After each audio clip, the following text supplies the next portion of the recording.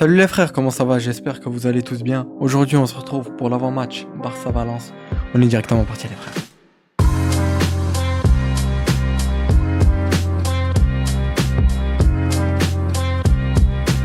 Enfin, retour de trêve après une assez longue trêve quand même. Retour des vidéos aussi. Je suis désolé les frères, j'ai pas pu tourner de vidéo actualité et tout. C'est vrai qu'il s'est passé pas mal de petites actus qu'on va en parler un peu. On va en revenir aujourd'hui, de blessures surtout. Et puis voilà, je sais que j'en parle pas mal dans les vidéos, mais vous le savez très bien. Avec les cours, le foot, etc. C'est assez compliqué, mais bon, on est là. Je kiffe faire ça, mais bon, c'est surtout le temps qui manque. Que je peux pas trop faire des vidéos en dehors des avant-matchs et des débriefs. Commençons par une mauvaise nouvelle qu'on a eue en conférence de presse aujourd'hui. Lamine Yamal sera absent demain. Il est forfait pour le match face à Valence et quasi sûr face à Newcastle la semaine prochaine, jeudi, si je dis pas de bêtises. Voilà, c'est triste. On perd l'un des joueurs les plus importants de l'équipe, si ce n'est le plus important. On sait qu'il avait pas mal de douleurs au dos depuis un moment, même que ce soit avec le Barça.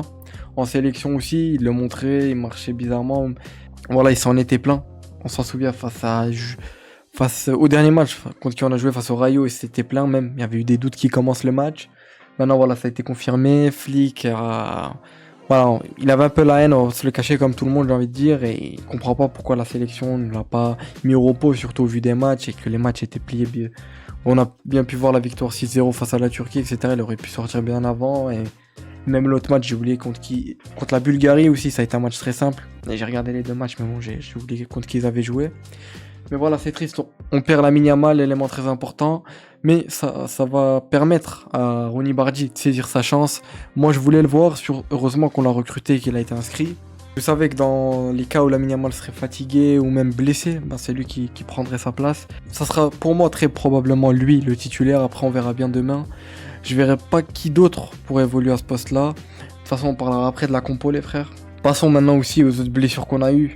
On a eu la blessure de Gavi, De Jong. Gavi, on était au courant, mais ça s'est aggravé. De Jong, ça a été fait en sélection, lui. Et on a aussi la blessure de Baldé. Baldé qui se blesse pas mal de temps depuis qu'il a commencé avec le Barça. Il n'y a pas une saison où il s'est pas blessé, si je dis pas de bêtises. Il faudrait que le club trouve une solution, que les préparateurs et tout. Une solution un peu comme Pedri, même si Pedri se blessait pas très très souvent, mais à un moment donné, c'est vrai qu'il enchaînait les blessures, ça lui mettait la haine parce qu'il pouvait pas prouver son vrai potentiel. Et maintenant on peut le voir, Pedri, enfin voilà, c'est l'un des meilleurs à son poste, si ce n'est le meilleur. Pour moi c'est le meilleur. Après voilà, je sais qu'il y aura toujours ces débats, mais voilà, pour moi Pedri est le meilleur milieu terrain du monde actuellement, bien évidemment. Mais voilà, on va se retrouver avec Pedri, Casado comme début saison passée. Casado que j'aime beaucoup, ça va lui redonner de la confiance. J'espère qu'il sera bon demain. On sait qu'il a été pas mal bench, mis sur le banc depuis que De Jong est revenu, mais c'est normal, quand tu peux aligner un Pedri De Jong, c'est vrai que Casado malheureusement est oublié. On sait aussi qu'il y a le retour de Marc Bernal, ça fait extrêmement plaisir. Il aura peut-être quelques minutes, mais sincèrement, j'y crois pas qu'il rentrera demain. Flick veut vraiment faire attention avec lui, il a bien raison. C'est un joueur qui avait montré un talent exceptionnel, pour ceux qui s'en rappellent lors de la pré-saison de l'année passée, même début de saison passée, et malheureusement contre le Rayo Vallecano, il s'était fait les ligaments croisés, il revient d'une grosse blessure. Donc il va falloir faire attention avec lui. En tout cas, des dernières news qui sont sorties, Flick devrait aligner Pedri et Casado au milieu de terrain. On a aussi eu des news concernant Andreas Christensen qui pense qu'il finira défenseur titulaire aux côtés de Pau Barcy. Sorti, c'est qu'il sait que Flick l'apprécie beaucoup, il apprécie comment il joue, etc. C'est vrai que c'est un joueur qui est sous-coté quand même, Andreas Christensen.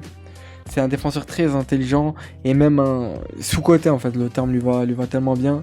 C'était même lui qui était là durant la saison avec Bach, pour ceux qui s'en souviennent, 2022-2023 avec Xavi, si je dis pas de bêtises. Mais voilà, c'est un défenseur que moi j'aime beaucoup. Demain, on verra bien qui va aligner. Mais voilà, je pense que Christensen peut prendre la place d'Araujo, honnêtement. Même si Araujo est quand même le capitaine de cette équipe. Et voilà, on sait qu'Araujo, s'il est en forme, c'est un très grand défenseur. Mais ça fait depuis un moment qu'on l'a plus revu à son top level. On a aussi eu le retour de Thiago Alcantara officiellement dans l'équipe première en tant qu'assistant de Hansi Flick. Ça fait extrêmement plaisir. Thiago Alcantara, on le sait, quand Flick est arrivé, il était avec lui, c'était son assistant aussi. Il a permis à Flick de tisser beaucoup de liens avec des joueurs, à adapter son système dans le Barça. On sait que c'est un joueur aussi qui est beaucoup respecté au Barça par les jeunes et même les joueurs en général, parce qu'on sait que c'est quand même un grand joueur qui est passé par le Barça, malheureusement dans une période où voilà, t'avais Trio qui était le meilleur euh, qui étaient les meilleurs milieux du monde et même que le foot a connu, le trio Iniesta, Xavi, Busquets.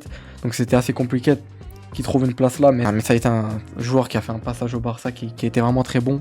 Je vais pas faire l'ancien, j'étais très très petit à cette époque-là, mais voilà, ce qu'on me dit, et ce qu'on peut même voir maintenant avec les highlights, etc. Voilà, c'était quelqu'un, ça fait extrêmement plaisir qu'il soit de retour, Thiago Alcantara en tout cas. On sait que Valence, ils ont fait un début de saison assez moyen, on va pas se le cacher, ils ont commencé avec un match nul, ils ont fait une défaite ensuite et ils ont gagné leur dernier match avant la trêve. Ils ont gagné face à Getafe 3-0, ils ont perdu face à Osasuna 1-0. Et pour commencer la Liga, ils ont fait 1-1 face au Real Sociedad. On sait aussi que Bilbao a perdu face à Alaves. Donc voilà, demain, il va falloir absolument gagner de toute façon. Et puis voilà, c'est un retour de trêve, il va falloir relancer la machine. Les matchs vont s'enchaîner. Entre Ligue des Champions, Championnat, ça va beaucoup s'enchaîner. La prochaine trêve, elle est quand même dans un bon petit moment. Donc voilà, j'espère que les joueurs, ça va suivre et que les blessures ne vont pas beaucoup venir gâcher la saison. Passons maintenant à la compo, les frères. Une compo, honnêtement, moi je vois ça. Je sais pas vous, mais en tout cas, je verrai Juan Garcia dans les cages, ça c'est évidemment, c'est sûr même. À droite, je verrai quand même Jules Koundé, même si Eric Garcia est très en forme, mais je verrai quand même Jules Koundé. Mais s'il met Eric Garcia, ça m'étonnerait pas, honnêtement. Dans la charnière, j'ai hésité à mettre Christensen à la place de Koubarsi. Enfin, Christensen au côté de Koubarsi plutôt, j'ai envie de dire. Mais voilà, pour moi, ce sera quand même Araujo qui va débuter. On verra bien demain. À gauche, Gérard Martin, qui d'autre que lui. Gérard Martin, Gérard Maldini, comme certains l'appellent, les foutent de sa gueule. Mais vraiment, Gérard Martin revient bien et on voit son évolution et ça me fait extrêmement plaisir. J'espère que demain, il va montrer un bon niveau. De toute façon, on n'a pas énormément de solutions à ce poste-là. On a Geoffrey Torrens qu'on n'oublie pas sur le banc. Mais je pense pas qu'il commencera titulaire. On sait qu'il est encore très jeune. Il a que 17 ans.